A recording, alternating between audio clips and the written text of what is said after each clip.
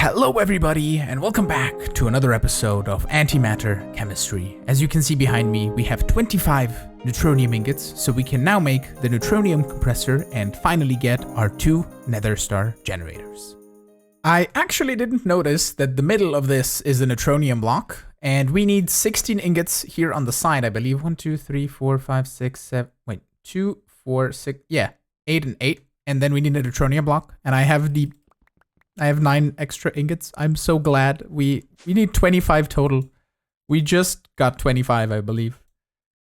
This just coincided perfectly. This was running all night, right? Because the server's active and this is chunk loaded. So we got 25 ingots in one night. And if we wanted to make one Neutronium compressor for each one of the singularities, we would need quite a bit. We would need 81 of these because I think this is a 9x9 full grid of singularities.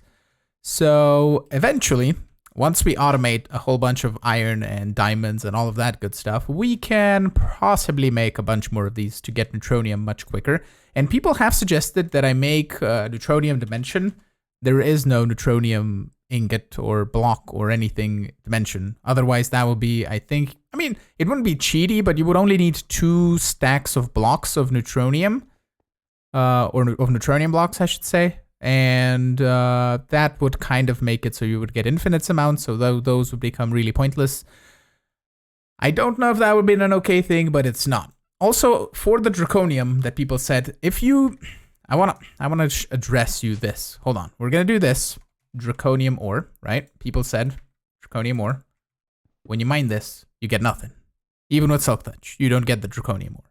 Because Draconium cannot be processed, and it says that Draconium ore doesn't drop anything. I think in the quest book or something. Somewhere it says for Draconium. Yeah, Draconium dust is gotten from the Ender Dragon in its data model.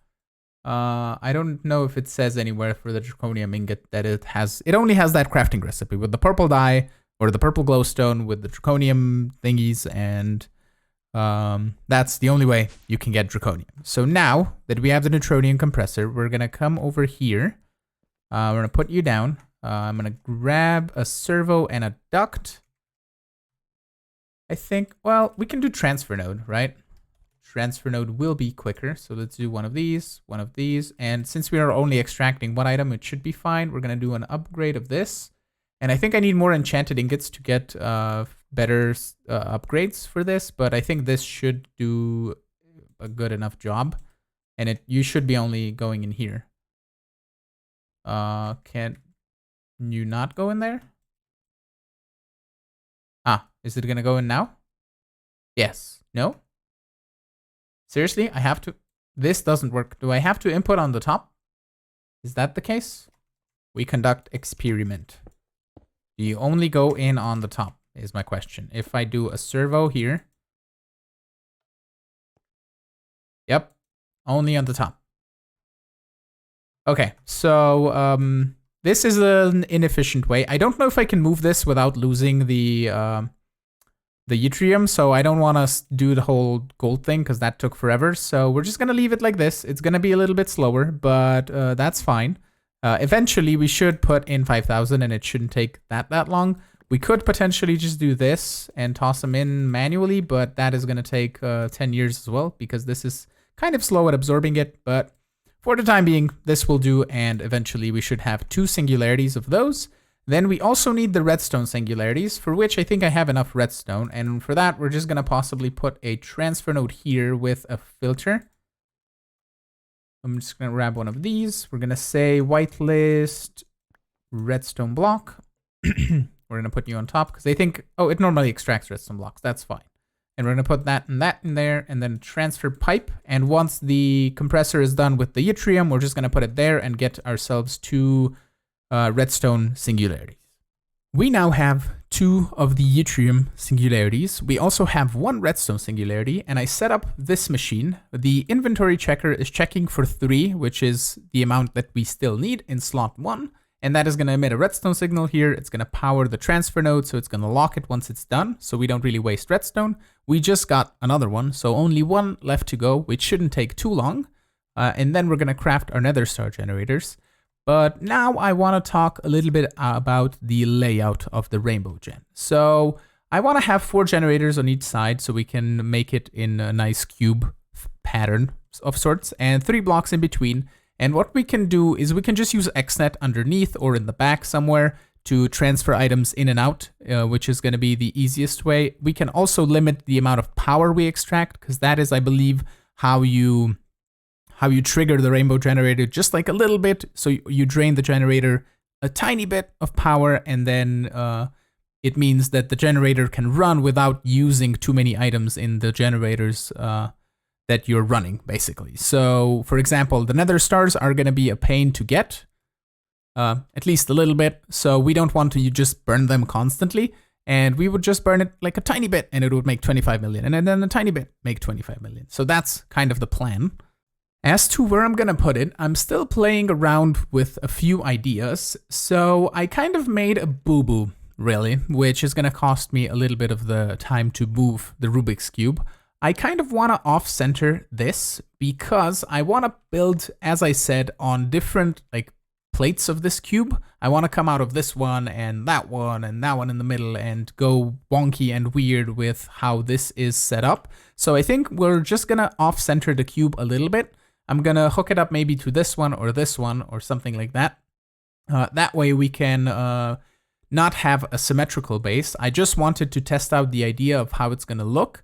And it would look okay. We could connect it up or connect up the cubes with some sort of pattern on each of the sides. And that way we would get a giant kind of like I think it wouldn't be a dodecahedron. It would be like a hexagon-y thingy doohickey weird like diamond shaped of sorts thing. I don't really know how to explain it, but you get the idea of how it would look, I think. But I guess I want to go off-centered, as I said. I just had an even better idea of how we can connect this up and make this look cool. I moved the cube over, and I'm not liking the size of that tunnel. And I kind of want to have enough space inside of the connecting, let's say, tunnel going to the Rubik's Cube for myself. I don't want to have just a 3x3 where I would have blocks around this cable and then I wouldn't be able to go down it, which I'm having the weirdest issue while moving my ME controller. If I put a P2P tunnel down, because we have only one downstairs, I give it cabling, right? So that should get one channel, I think, unless the device online, one channel, right? If I then hook it up to the thing, this starts flickering and it starts going on and off and it's not connecting. This is sending a cable down. This has way more power than it should. It has power coming directly from this, power coming from this, and we're still flickering. And I don't know what is causing this. What sort of thing is doing this, which is super strange. I'm trying to debug it, to figure it out, and I'm just so leaning towards just using refined storage. I'm just so leaning towards it. I would just give myself all the things. So we have this dense cable coming down, right? What if I disconnect this bottom part of the base, right? I just want my tanks, my storage bus, everything. Am I getting channels here now? It says unlinked, and it's on the same thing. I could disconnect this, break this guy, place it again, hook it back up again. It is hooked to the channel. We're going to get another one of the colors. We're going to go back up top. I think I have this Rubik's Cube. And we're going to click this on. Device offline, device missing channel. It's linked on the output side. Still missing channel. I think, yeah, it's still flickering. I don't know. I seriously don't know. It was working fine before when I had the whole ME controller set up. It was working just fine, and now it's causing me issues. And I don't know what is causing the issue. I have all of these on. They're disconnected. I don't understand. I don't understand this. What is causing this issue? I have a simple system with not many things on it, and it's not going to work. So I don't want to deal with this here for 6 hours to try and debug it. So what we're probably going to do is we're going to grab the ME controller from up top. Since I have a dense cable down here, right? We're going to come here. We're going to just remove this. Remove the ME controller, pick up all of the power bits, right? We're gonna leave that cable there for now. Let's go back to the base. And since we have this dense cable here, we're gonna just put this guy here, and then we're gonna put the dense energy cell, energy acceptor, and the power. Okay, and we're gonna try and hook this up. We have 12 channels. I can put another dense cable here, and that should get us my base up and running. Okay, we can then remove this since it's no longer necessary.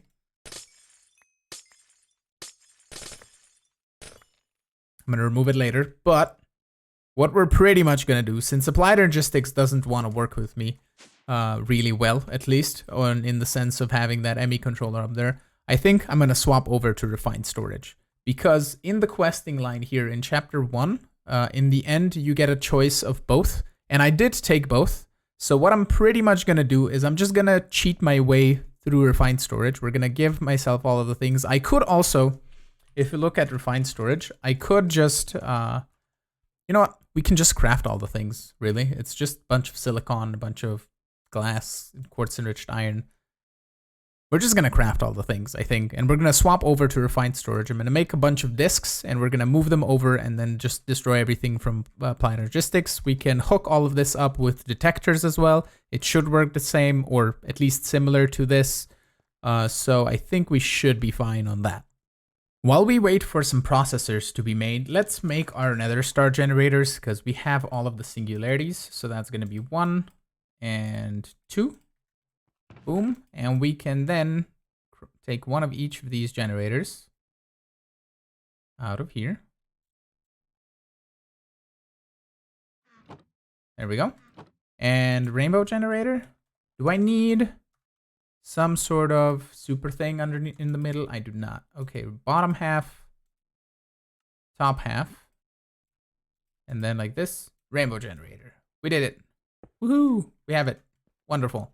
Okay, you go in here and wait for us when we need it.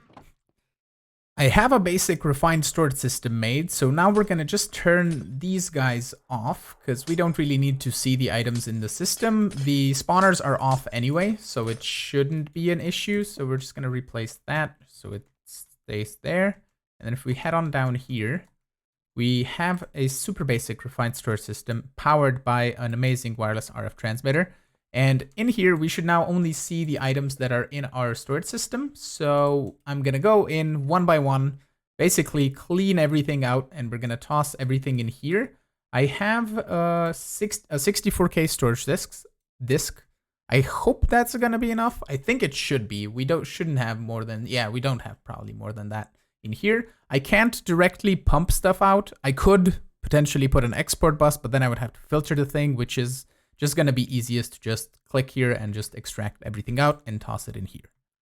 And since we now have refined storage, we can just toss everything from this chest as well in here, because we don't need to worry about types anymore, and we could just have all of the spawners in here and all of the things just stored very neatly. Even the armor, everything can go. I'm gonna leave the generators outside because those are gonna be used fairly soon-ish. So also, all of our books, all of the autumn things, the template, for example, all of this can head on in here and be stored away. This guy can also come with me. This chest is now empty. You are the generators. You can stay where you are.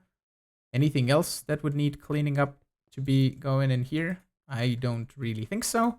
So this is empty. And what we can then do is just break all of this and that. And we're basically just gonna toss it in the trash can. We don't need it anymore. It's not gonna do any good. So we're gonna take all of this down as well. And I'm basically gonna have to remove everything from Applied Logistics. So even the growth chamber, all of it has to go. I think in here, do I have anything more? I have the processors. Like everything is just gonna go and get voided. So I'm gonna clean everything up, remove all the cables, and try and hook everything back up again. I have brilliant ideas popping into my head, so I'm gonna still use the Rubik's Cube. It's gonna be there to house our draconic storage power orb thingy, and we're gonna make this cube bigger because I want this to have an edge. So we want a 5x5 of the yellow part. So it's going to make the entire thing a little bit bigger, which hopefully is going to be able to store one of the higher tiers of the draconic storage orbs. I don't know how big we're going to go. We're going to see. Maybe we'll go to the tier 8 and see if we can fill it up. That could be a challenge. But I want to have this kind of like a cable of sorts that is a power cable, quote unquote. It's not going to have anything inside of it. It might just be solid out of yellow antimatter on the bottom. But basically it would mean kind of like the Rubik's Cube is powering everything. And what we can then do is in here, we can bring the yellow cable in through the ceiling and maybe run it on the ceiling and into the wall and then bring it down and then somehow wire it up on the bottom, kind of like powering this specific thing. So I have not decided how I'm going to do this on the inside, but I'm thinking we can use some chisel and bits to make these actually look like cables, which I'm probably going to do on a live stream at some point maybe. For the time being, it's just going to be very square and blocky, but we can get the gist of the, you can get the gist of the idea that I have, and I think it's going to look really cool if we do this, and then we can just wire everything through different sides of the cube, and it's going to look like an interconnected mess of wires, because we can potentially, let's say, put another thing that we power with the yellow side, and we can just bring it down out of here and then come over and then up and then over or something and power things from the red side, which is missing a little bit of red, which is fine. But that I think is going to look really cool, and it's going to make the base look really, really amazing. I'm really glad I had this idea. It's going to be really, really, really epic. I'm so excited. I can't even contain myself. This is looking much, much better now that it's bigger. It doesn't look much of a difference, but it's just one block wider on each side. And I have hooked this up, and I had another idea that I thought of. Since not everybody is going to have flight, right? We need some proper access to this base, first of all. And we have thermal dynamics, which has the super viaducts, right? For that, we need Zephyrium and Erothium, but we have these. And let's say we set up one right here. You right click it and we can hide it inside because we have a 3 thick wall. We can go inside in the ceiling. We can go in here and then through the power cable of sorts inside, and it can bring you to the Rubik's Cube, which could be a hub on the inside. And you can have access to all of these different sides. That could be an interesting idea as well.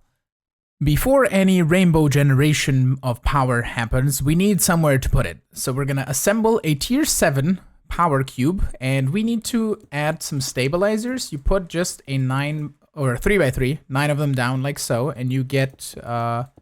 I think we need them on every side. So we're just going to do a 9 set here and another 9 over here.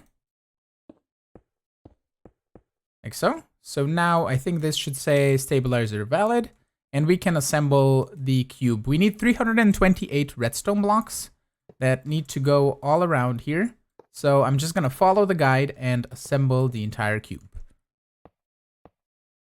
If we now right click over here to click on activate, we should get the full draconic orb of power. And I was thinking of putting the rainbow generator in here first of all, but it looks like we might be a bit short on space because we would need some connections for XNet. We would need some connections for refined storage probably to import and export all the items. So I don't think we're going to do this in here. So we're going to possibly put another thing up top here. So let's just head on out and I'll explain what I mean.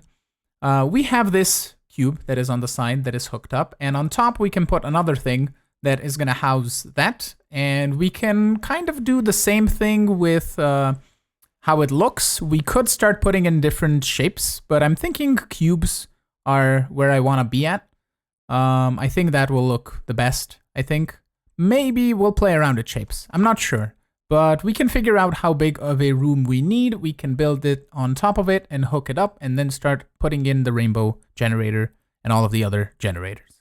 I think we can easily afford some wireless crafting. So we're going to put down this wireless transmitter. We're going to give it 4 range upgrades, which is going to increase the range to 48 blocks. I don't know if this is going to be enough to get us to all around here on top. Let's see if we go to the cube.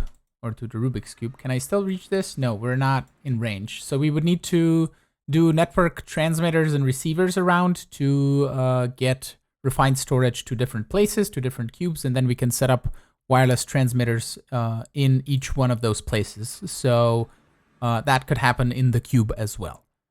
If we now simply right-click with this wireless crafting grid, or shift right-click to get it hooked up, we have wireless crafting, so we don't necessarily have to come to the grids over there to do any sort of crafting. We can just work around here and also possibly outside here with no issues. And as far as the size of this cube, let's say we would want it, maybe 2 blocks of space behind it.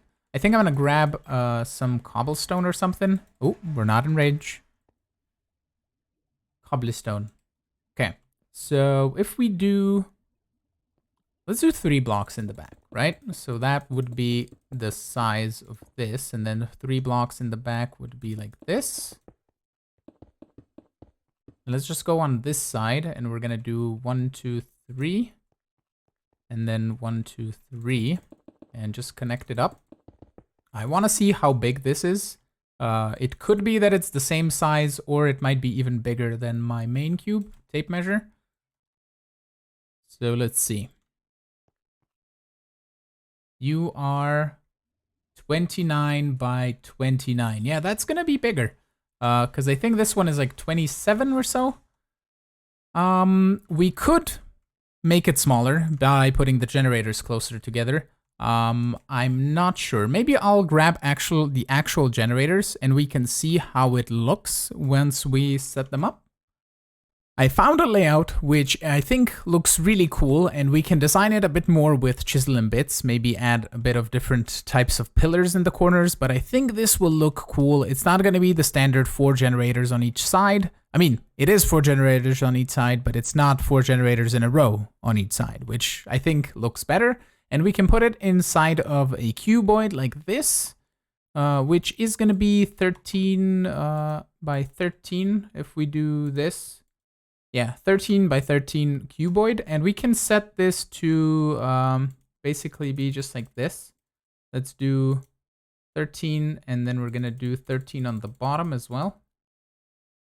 Like so. So that would be the center. If we place this where the rainbow generator would be, we should get the full-on cube. So what I think I'll do now is we'll grab a bit of white antimatter if we get on close enough.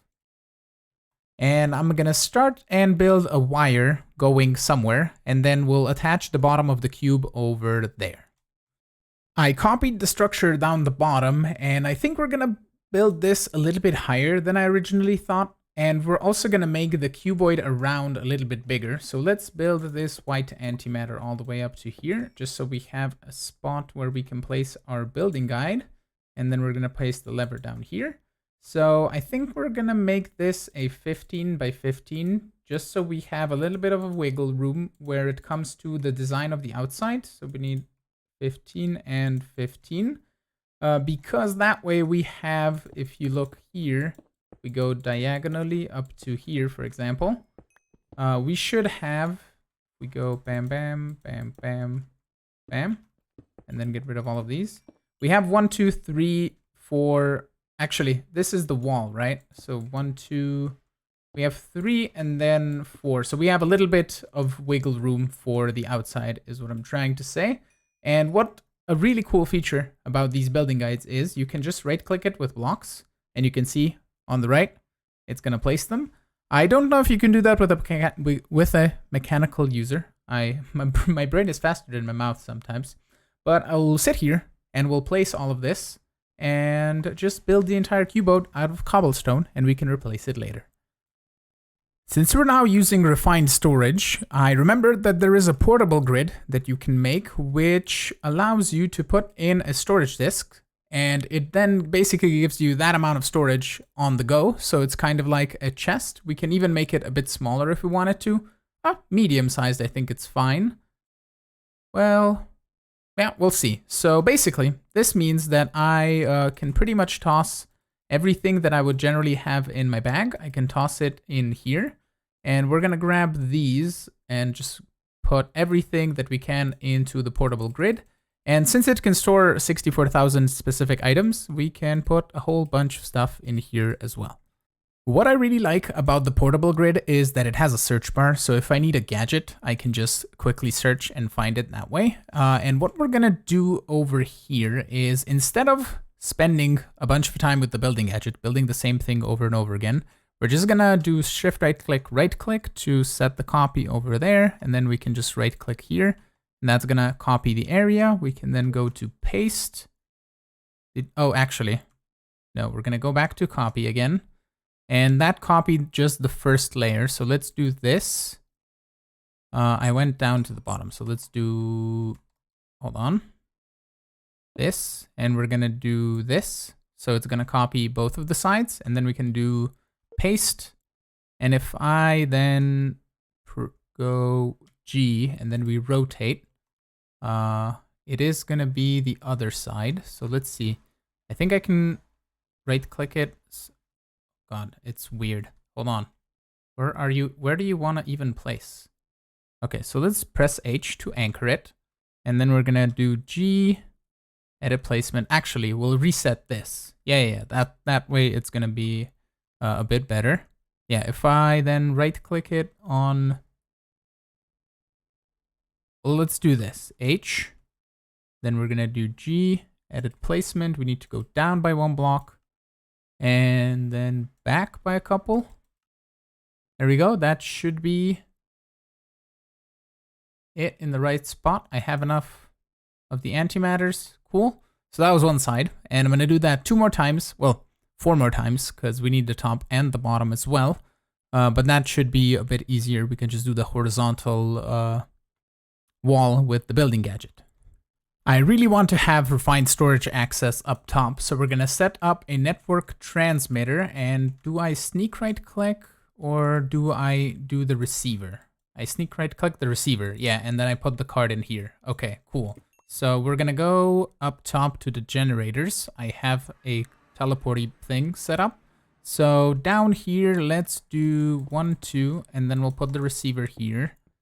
And then we're gonna do a cable and a wireless transmitter.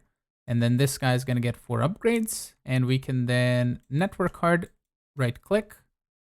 That should be hooked up. And then if we go back to the base and add it downstairs, like so, 91 blocks. Let's see what the power drain is on this. Can we see network receiver, network transmitter, 32. It's cheap. Refined storage is cheap. Applied logistic, that would cost like 10,000 RF. I'm kind of glad we switched over to refined storage. It's much easier. But now I can have wireless access right over here because I have the transmitter. And I'm thinking the room is going to be this big. We're going to do 2 blocks on top, and then this would be the ceiling for this. We have plenty of room to add other things. We could do multiple floors of different machines, or we could even just do a majestic dome of sorts on the ceiling instead of doing that. And I think I want to have a flat floor. Maybe we could do a sphere inside. I don't know, maybe a glass floor and then a sphere underneath. Maybe. I'm not sure. Maybe we do like an inverse of sorts. We'll figure it out. But the floor, I think, at least for now, is going to be right here. So I think I'll just build it out of white antimatter just so we can keep it simple. So we're just going to go around like this, just so we have somewhere to walk on while we're working on this. We could also just build it out of cobblestone, but I think it's going to be fine that way. I hooked up all the generators with XNet to this controller right here, where we can also see that the connectors are renamed. So if we double click, we should see that the magmatic generator is right over there and it is named correctly. So the next step in automating this would be to provide each one of these with the corresponding items, half of which we're not currently auto-producing.